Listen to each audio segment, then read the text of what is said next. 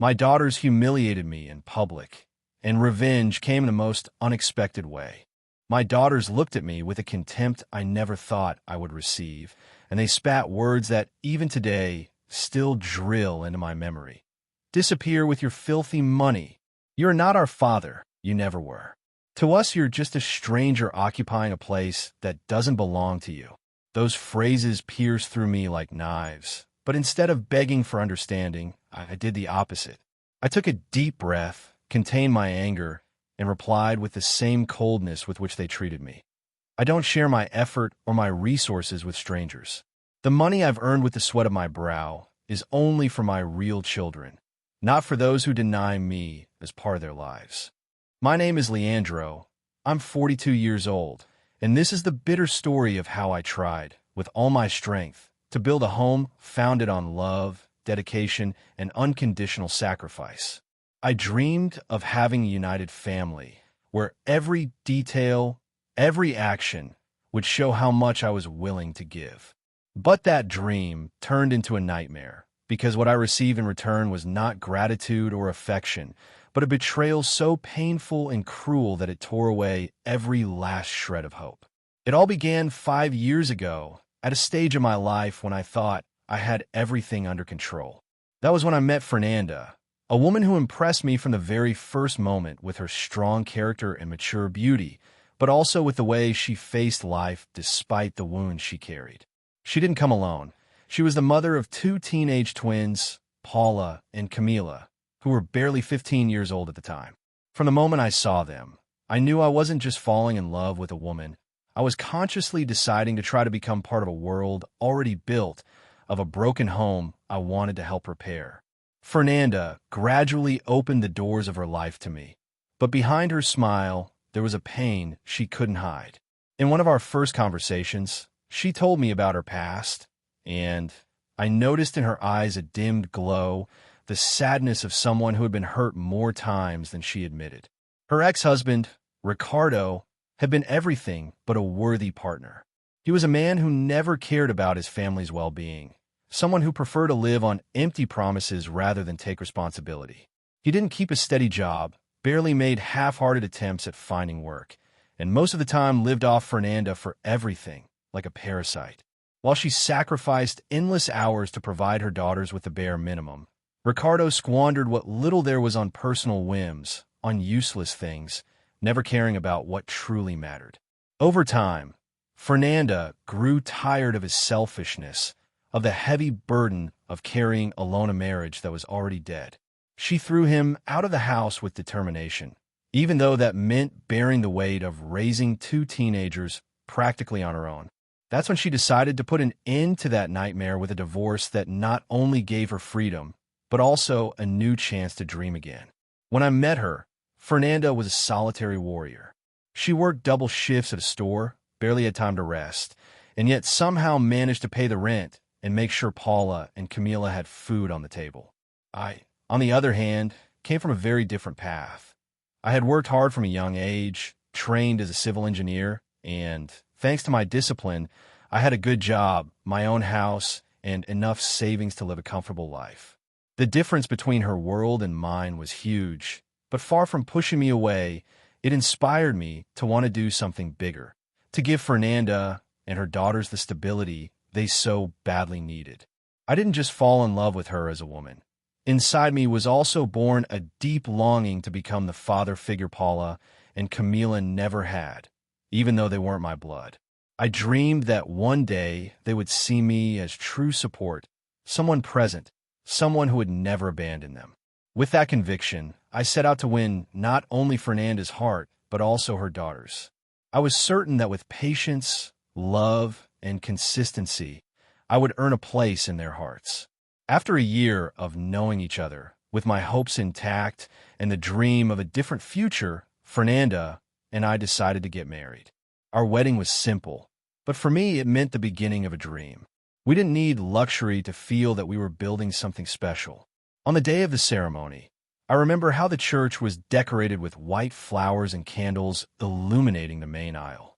I wore a sober, elegant suit, and Fernanda, in her simple yet radiant dress, looked like the most beautiful woman in the world.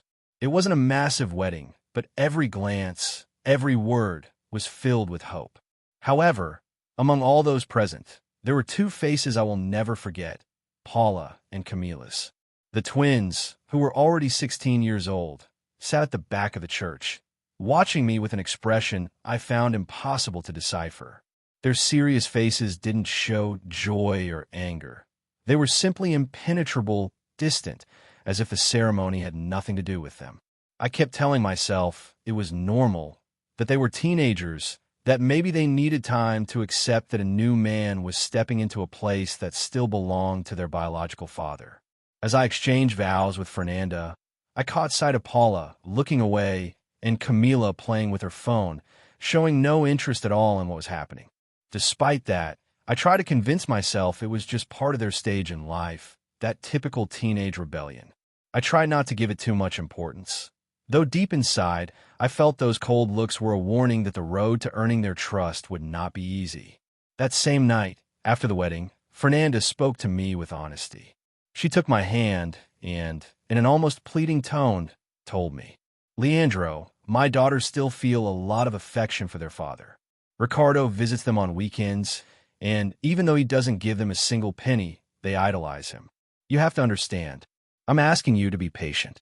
That word, patience, became my mantra from then on, a constant reminder that I had to endure their indifference and rejection without giving up.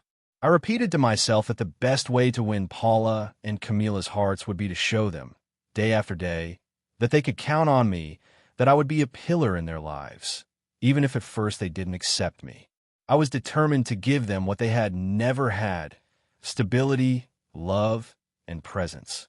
I wanted them, in time, to recognize that I hadn't entered their lives just as their mother's husband, but as someone willing to become a true father, even if they didn't know it yet. After the wedding, I felt like the first step had been taken, but I also knew the hardest part was only beginning. That's why I made an important decision: to move us into a bigger house, a place that would represent a new beginning for all of us. I found a spacious home with enough rooms for Paula and Camila to each have their own, decorated to their taste, with the freedom to feel comfortable and lacking nothing. I wanted them to feel they weren't just sharing a roof with a stranger, but becoming part of a home where they could feel safe and valued. I took care of everything: the monthly rent, utilities like electricity, water, internet, even their cell phone plans. I wanted the house to be a space full of comforts, where they wouldn't have to worry about anything except studying and enjoying their teenage years. If they mentioned they needed clothes, I took them to the best stores. If they dreamed of a trip, I made sure to organize it down to the last detail, from the tickets to the accommodations. I strove to show them that I was willing to give everything for them, to be true support in every aspect of their lives. Inside, I felt a mix of hope and anxiety. I believed that if I provided them with everything they once lacked, little by little they would open up to me and accept me as part of their world. I wasn't trying to buy their affection, although sometimes that's what it seemed. I truly wanted them to understand that they could trust me, that I wouldn't vanish from their lives like Ricardo had so many times.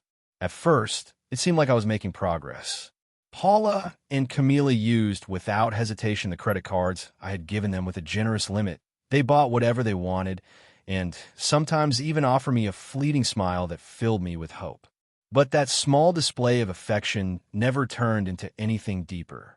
I never once heard the word dad from their lips.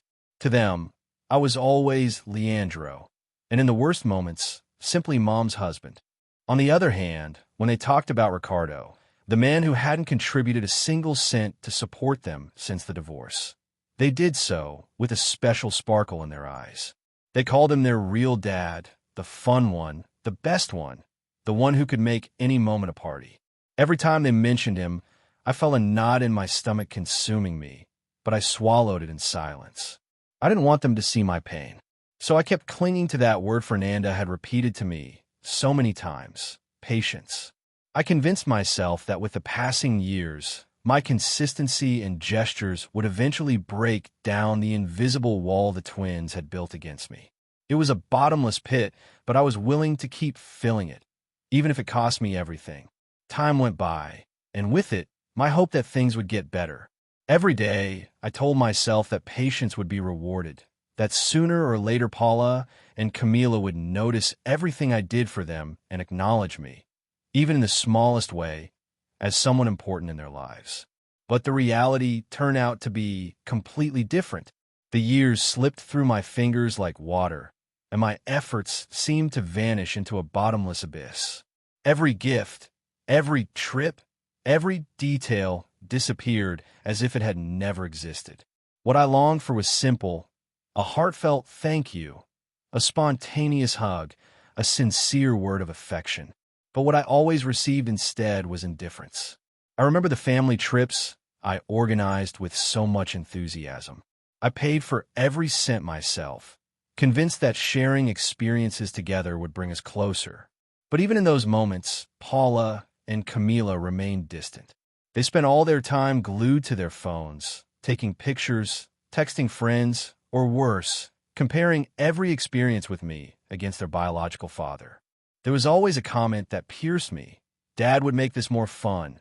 With Dad, it wouldn't be so boring. Simple words to them, but to me, daggers stabbing the same wound over and over. On one of those occasions, we organized a trip to Cancun to celebrate Christmas.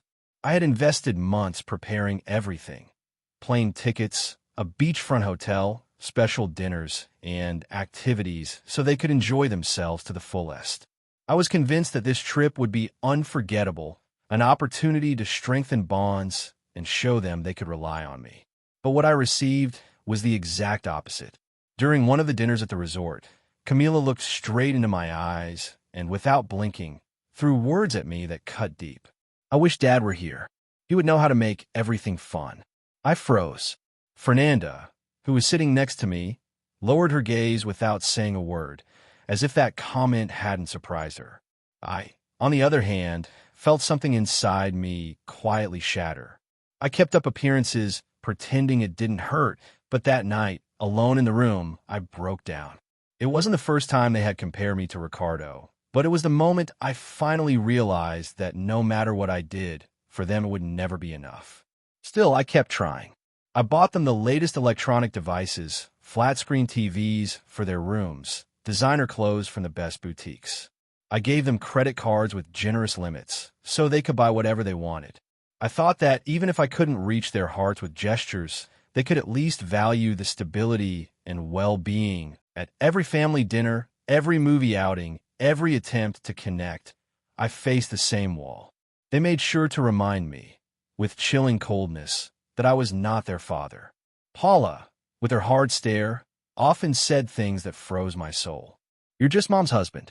And Camila, just as blunt, would add, "Our real dad understands us so much better."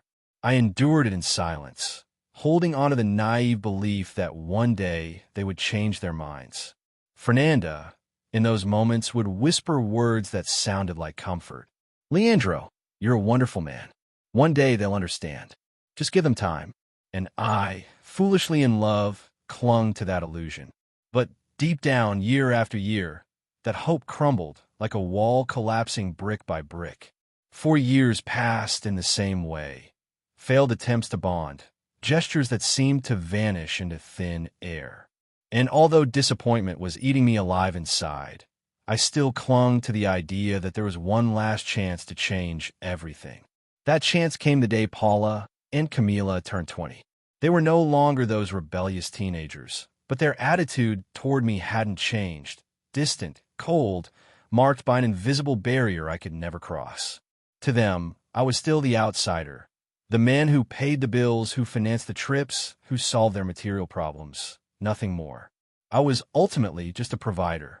And in their eyes, there was never a glimmer of gratitude. But as stubborn as ever, I decided that this birthday had to be different. I promised myself that on that day, I would leave a mark on their hearts. I thought, if I show them how much they mean to me, if I make their birthday an unforgettable celebration, maybe they'll finally see me in a different light. So I began planning a party that wouldn't just be a celebration, but a declaration of intent. I rented a hall in the very center of the city, elegant, decorated with fresh flowers, bright lights, and an atmosphere that looked like something out of a fairy tale. I hired a top-tier catering service, with tables full of exquisite dishes and an endless buffet.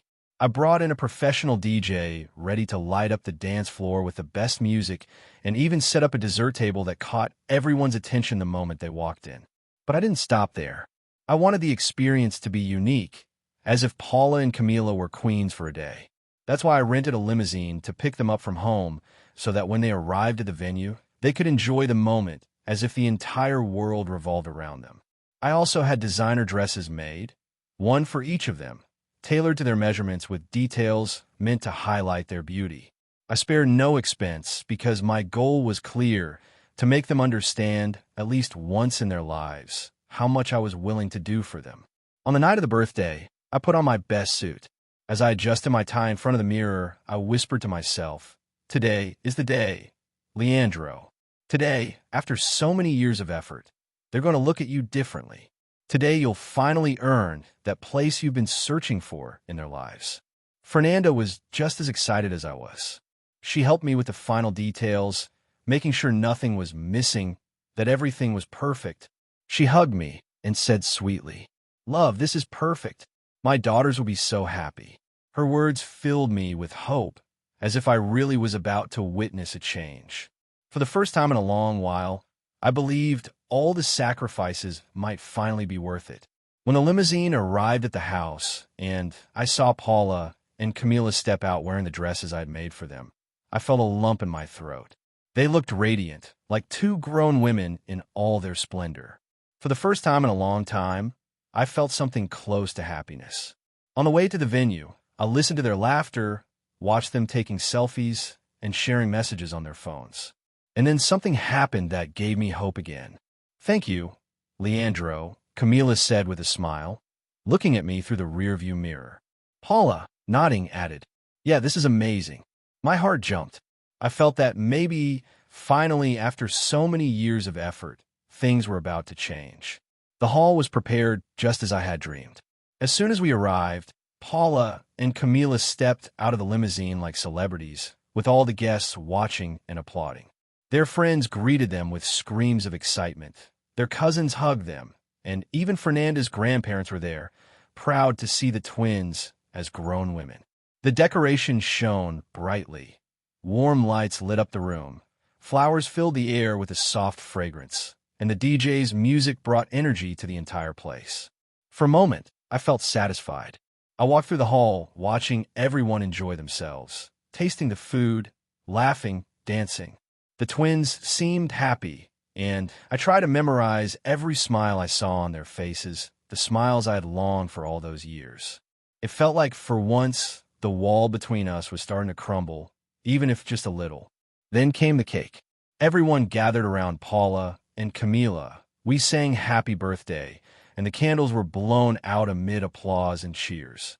I was convinced that this night would be forever etched in their hearts as the beginning of a true family bond. After the cake, it was time for the part one had been waiting for most, the gift giving. One by one, the guests came forward with presents wrapped in colorful paper. They received perfumes, delicate jewelry, gift cards with loving messages. They smiled, thanked, and hugged each person. I, meanwhile, waited patiently for my turn, certain that my gift would be the highlight of the night. When a moment finally came, I stepped forward with two huge boxes wrapped in shiny silver paper that glowed under the lights. The whole hall went silent, as if everyone sensed something big was about to happen. Paula and Camila looked at me expectantly, and Fernanda, with tears in her eyes, gave me a proud smile. I slowly opened the first box and pulled out the keys to a brand new car, a bright red convertible I had bought for them to share. The murmurs of the crowd turned into gasps of astonishment. People cheered, and the twins' eyes widened in disbelief. "A car!" Camila shouted, running to hug me. Paula followed almost instantly, and for the first time in 5 long years, I felt their arms around me tightly. It was a brief moment, but enough to make me believe that, at last, I had succeeded. With my heart racing, I revealed the second gift: 2 tickets for an all-inclusive beach trip, just for them and their friends. The hall exploded in applause, everyone cheered, and Fernanda looked at me with eyes full of emotion, as if she were about to cry. I kept repeating to myself, I did it. I finally did it. But my joy lasted only seconds. Just as the guests were celebrating, the hall doors burst open, and there he was, Ricardo, walking in with an arrogant smile. No one had told me he'd been invited. He strolled in confidently, holding 2 cheap gift bags you'd find at a discount store. He walked past the applause as if it all belonged to him, and without even glancing at me, went straight to Paula and Camila. He pulled out 2 cheap ceramic mugs from the bags and handed them to the twins as if they were treasures. And what happened next was the hardest blow of the night. The twins ran into his arms, shouting with excitement, "Dad!" In that instant, the whole hall disappeared from me. They hugged him with a devotion they had never shown me, not even in my greatest efforts. I stood still, invisible, feeling everything I had built collapse in a matter of seconds. From the moment Ricardo walked into the hall, the atmosphere changed completely. I could feel it. The energy that moments earlier had been full of celebration and joy turned into something else, as if his very presence had overshadowed all the effort I had poured into that night. Paula and Camila, who just minutes before had hugged me for the first time in years, now clung to him as if he had never left their lives. Ricardo, with that arrogant smile painted across his face, didn't need to say a single word. His body language screamed it all. He was the real father, and I was the intruder who should never have occupied that place. Holding those cheap ceramic mugs, he lifted his head proudly, as if he had brought the most valuable gift in the world. And the worst part was that for Paula and Camila, he had. Meanwhile, I stood motionless, my heart clenched in a fist. I watched how they listened to him with rapt attention, how they laughed even at his most ridiculous jokes, how they looked at him as if he were a hero. I, who for years had shouldered the responsibility of their studies, their trips, their whims, now was just a spectator of my own party, an invisible man watching everything I had fought for being ripped away from me. Ricardo didn't even bother to greet me. He threw me quick glances dripping with contempt, as if to remind me, without words, that in his game, I would always be the loser. And the truth is, in that moment, I felt defeated, like a stranger in the very hall I had paid for down to the last detail. I tried to keep my composure. I told myself, it's their birthday, the important thing is that they're happy. I tried to convince myself I could ignore the pain that was tearing me apart inside. But the worst was still to come. When Fernanda and I went up to the stage to say a few words, I was nervous but excited. I had prepared a simple but heartfelt speech. I wanted to tell everyone how much I loved those girls, how proud I was of them, and how much they had meant in my life. I held the microphone with trembling hands and opened my mouth to begin. Then the unexpected happened. Paula, with chilling coldness, walked up to me and snatched the microphone from my hands. Her voice rang out harshly, silencing the entire hall. "No, Leandro, get down. You're not our father." I felt the blood drain from my face. The people stared at me in confusion, and I couldn't believe what I was hearing. Before I could react, Camila also grabbed the microphone and, with the same cruelty, added, "Go away with your filthy money. You're not our father, just a stranger in this family." The words echoed in my head like an endless nightmare. The silence that followed was even worse. All the guests stared at me, some with pity, others with discomfort, while I stood frozen, my soul in pieces. Ricardo, seizing the moment, climbed onto the stage triumphantly, embraced by his daughters as if he were a king returning to his throne. He didn't need to say much. Simply being there, in the place they had so cruelly denied me, made him the center of attention.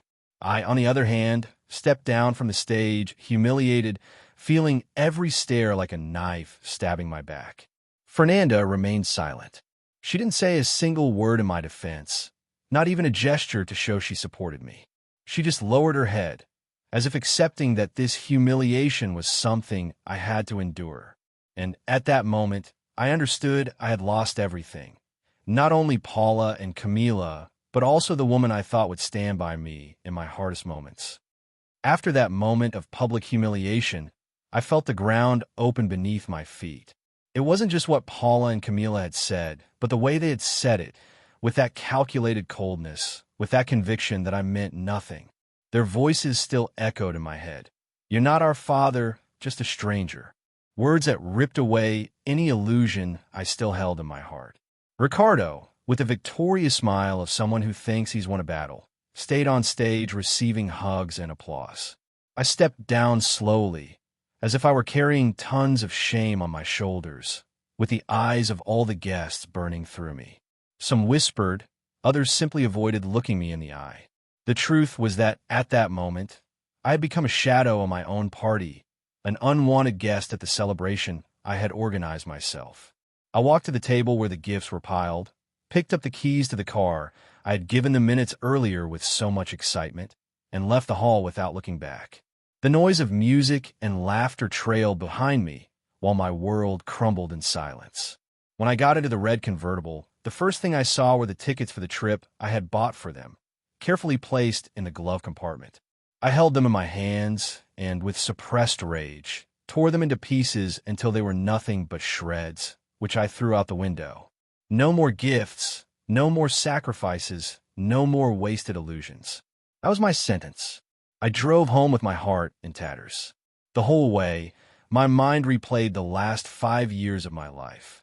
Every bill I paid, every effort I made, every detail I had planned in hopes of earning a place I was never given. And the only thing I felt was that I had been a clown, a man trying to buy an affection that never existed. That very night, without hesitation, I canceled Paula and Camila's credit cards. It was my way of closing a chapter, of making it clear that I was no longer going to support two people who saw me as a stranger. If they adored Ricardo so much, let him take care of them. Let him pay for their whims. Let him solve what he had ignored for years. But what I never imagined was that, as soon as dawn broke, the house would be filled with their screams like a raging storm. Paula and Camila burst into my room furious, their faces red with anger. "Why did you cancel our cards?" Paula shouted, her eyes blazing. "We tried to buy clothes and got declined at the store." "You bastard." Camila, backing her sister, added with the same rage. "You can't do this to us. You're Mom's husband. You're obligated to support us." I got out of bed with my heart pounding, trembling with anger. I looked at them firmly and, with a broken but steady voice, replied, "Obligated? I've spent 5 years supporting you, paying for your phones, your trips, your whims, everything you wanted. 5 years of giving it all, and you humiliate me in front of the whole family, call me a stranger, throw in my face that I'm not your father? And now you come demanding more? Ask Ricardo. Go to him for what you want. Let that real dad buy you the clothes and luxuries you crave so much." Paula glared at me with contempt that pierced my soul and spat coldly. "It's your obligation to support us, because you're Mom's husband." And Camila, with a venomous smile, added, "You can't treat us like this, Leandro. You're selfish." At that moment, I felt something inside me finally break for good. And as if fate wanted to drive in the final stake, Fernanda walked into the room. Naively, I expected her to defend me, to finally set boundaries for her daughter's arrogance. But what I heard left me frozen. "Leandro, don't do this to my girls," she said firmly, looking at me as if I were the villain of the story. "Give them their cards back. They're just girls. Don't exaggerate." Those words pierced me like a dagger. "Girls?" I replied, incredulous, with a knot in my throat. "They're 20 years old, Fernanda. They humiliated me in front of everyone, spat in my face that I'm nothing to them. And you said nothing. You didn't defend me." She crossed her arms, her face hardened, and delivered the final blow. "If you don't give them back their cards, forget about me too." In that moment, I understood. There was nothing left to save.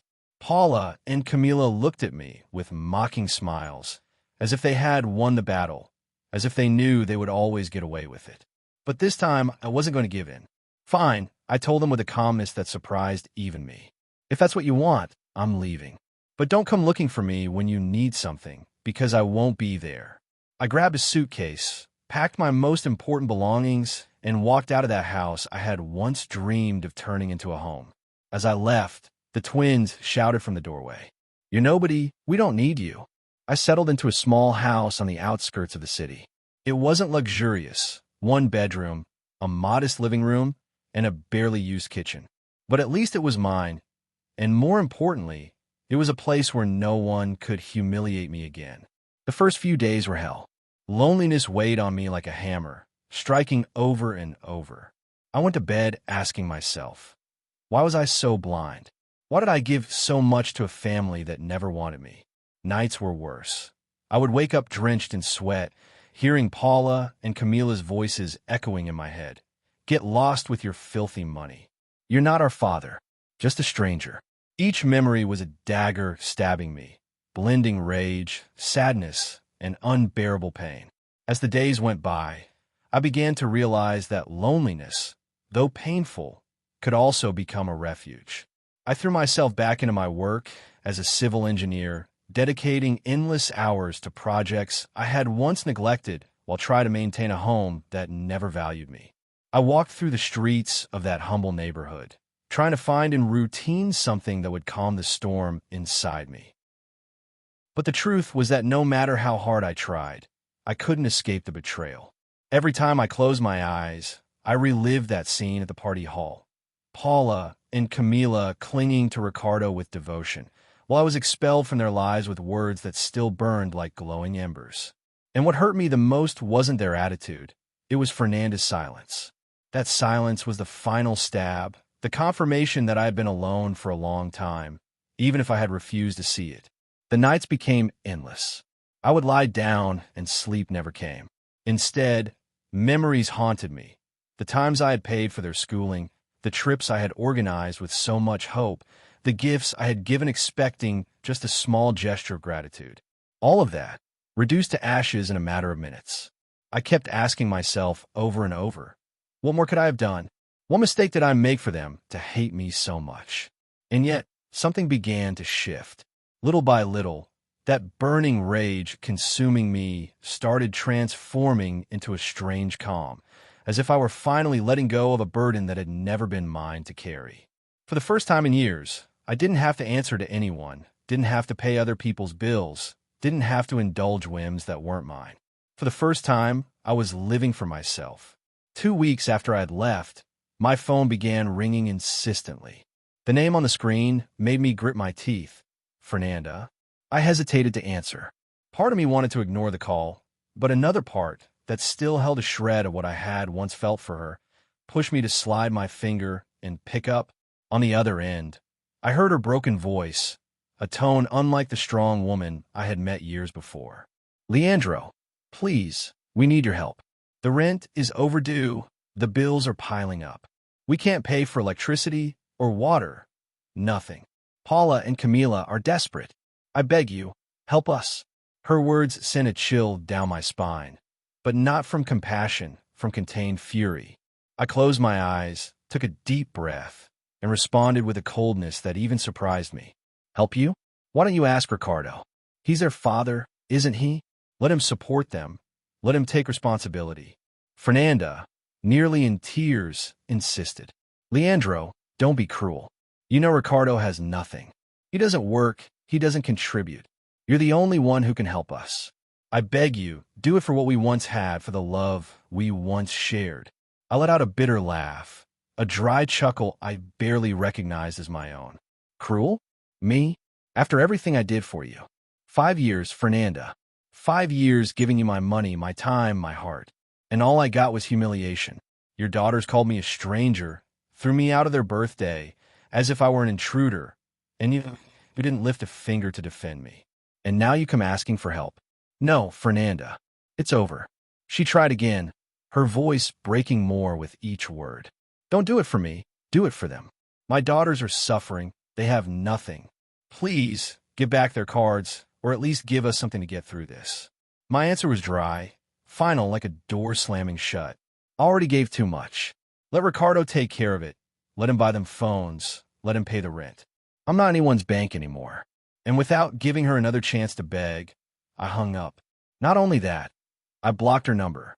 I didn't want to hear her voice or another plea ever again. That night, I slept with my heart racing, but with a new certainty. I had closed a chapter one never should have written. A month passed after that last call, and I never heard from Fernanda or the twins again.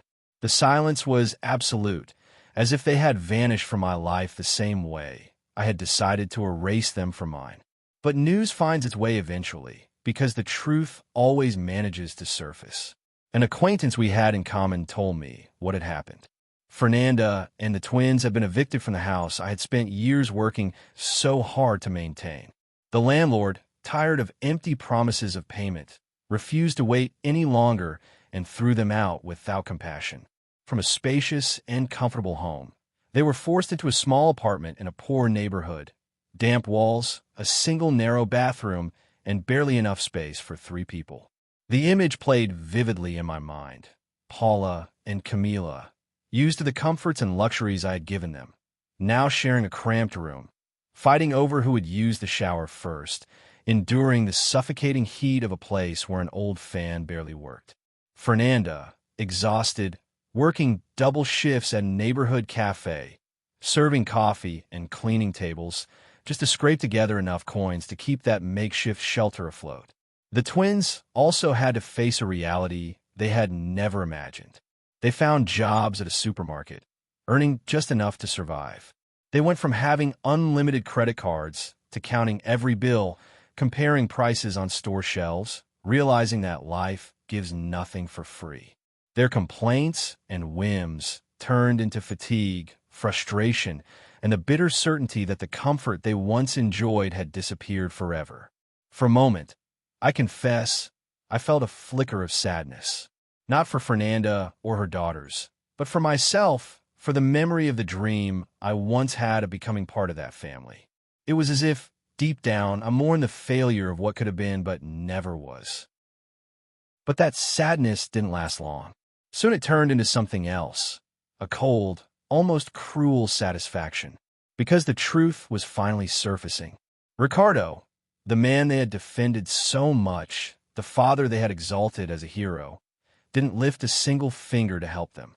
When the twins, desperate, turned to him for support, they received exactly what I had always known he would give them: cheap excuses. "I'm looking for a job," he told them with that empty smile. "I'll help you soon." Empty promises, recycled words, the same worn-out lines as always. And for the first time, Paula and Camila looked at him with anger. For the first time, they understood the truth. Their perfect dad had never been there, never had anything to offer, never was anything more than an illusion. I, in silence, watched how everything collapsed under its own weight. For years, I had poured my money, my time, my heart into supporting them, while he showed up only on weekends with cheap laughter and hollow stories. And now, when they needed him most, their so-called real father revealed what he had always been: an empty man, incapable of taking responsibility for anything. Months went by, and while they sank deeper into misery, my life began to take a new course. I felt that little by little, the wound they had left was beginning to heal. While Fernanda and the twins drowned in ruin, my life slowly began to find a balance I hadn't felt in years. It was as if, by cutting that tie that had drained me so much, I had recovered a part of myself that had been asleep. For the first time, I woke up each morning without the pressure of figuring out how to please someone else. I no longer had to worry about other people's bills, about whims that weren't mine, about maintaining a home where I was never accepted. I dedicated myself to myself. I rekindled friendships I had neglected for years, friends who welcomed me back with open arms and with whom I shared long conversations and laughter I had forgotten even existed. I also joined a gym. I needed to release all the pent-up rage and turn that pain into energy.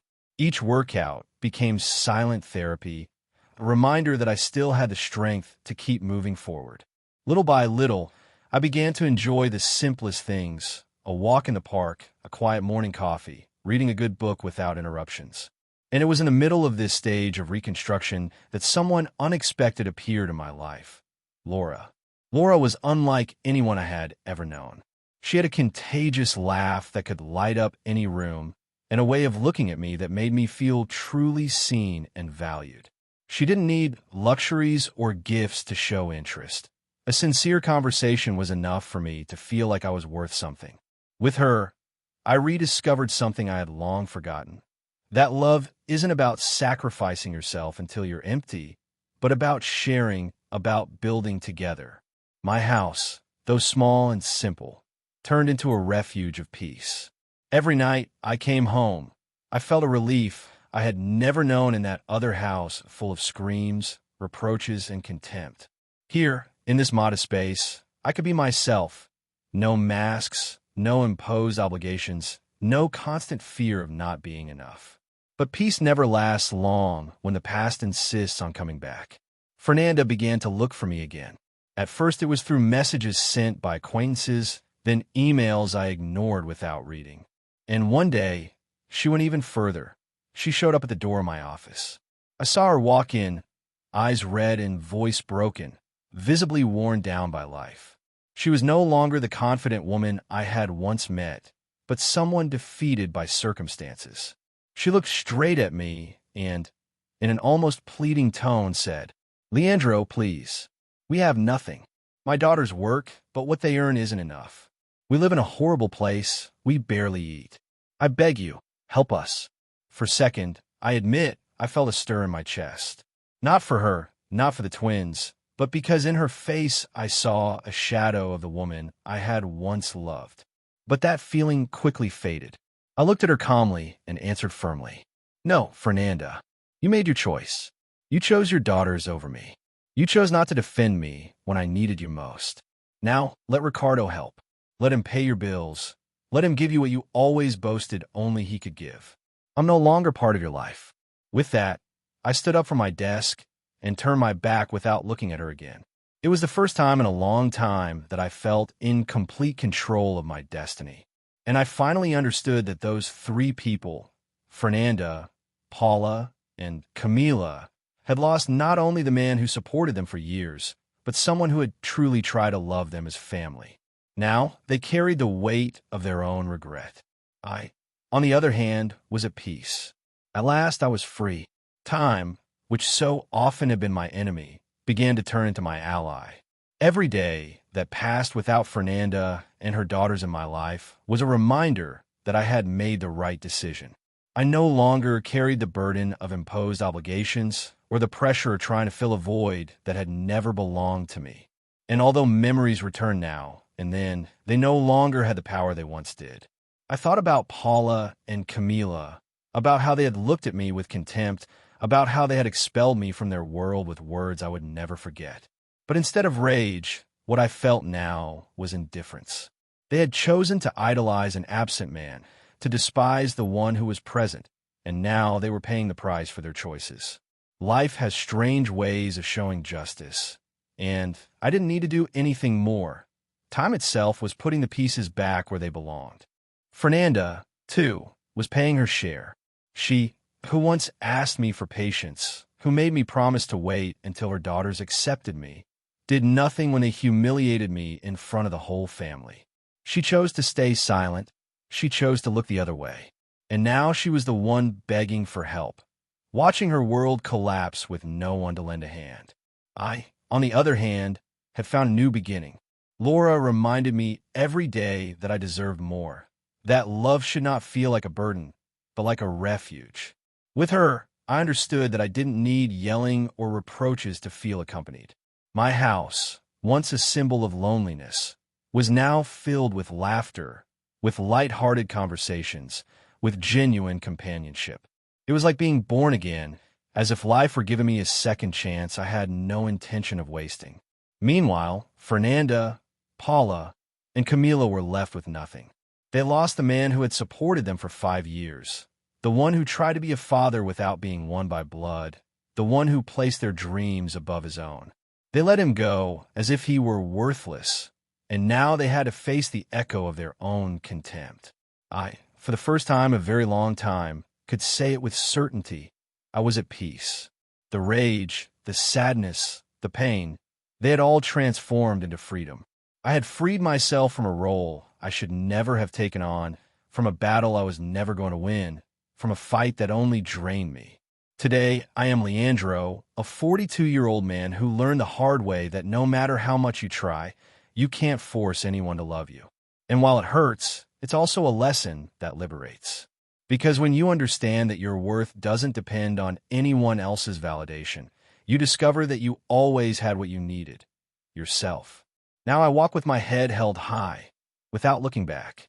And if there's one thing I learned from all of this, it's that sometimes losing those who never valued you is not a defeat. It's the greatest of victories. Subscribe for more stories full of emotions and life lessons.